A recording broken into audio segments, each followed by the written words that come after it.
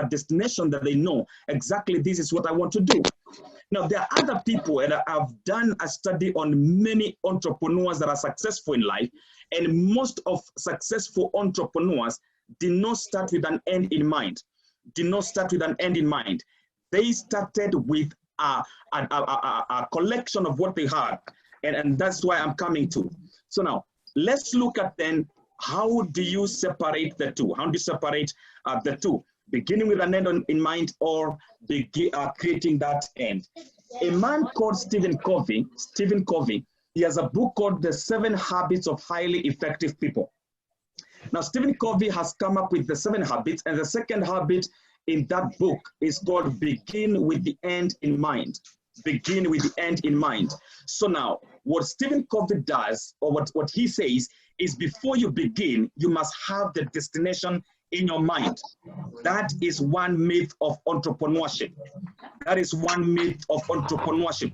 Not every entrepreneur begins with an end in mind. And this is very good, especially for established organization.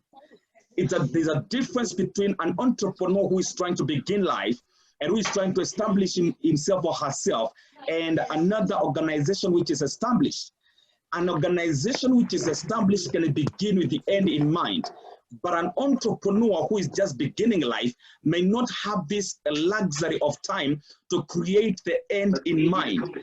And many a times we want to be so cautious with life that this cautiousness makes us not to start ending in life. And so as I present this tonight, I want to bring it very clear to everyone that not every time you have an end in mind as you begin life. Now, when you are creating the end and not having the end in mind, you are creating that end. It's called effectual reasoning. Effectual reasoning.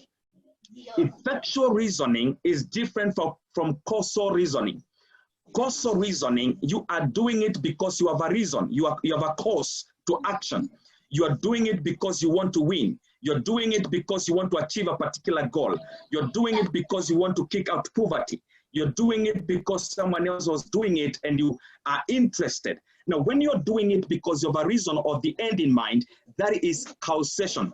Causation is causal, from the word cause.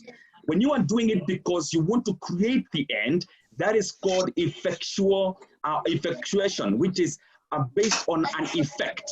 Based on an effect. All right. Let's go deep.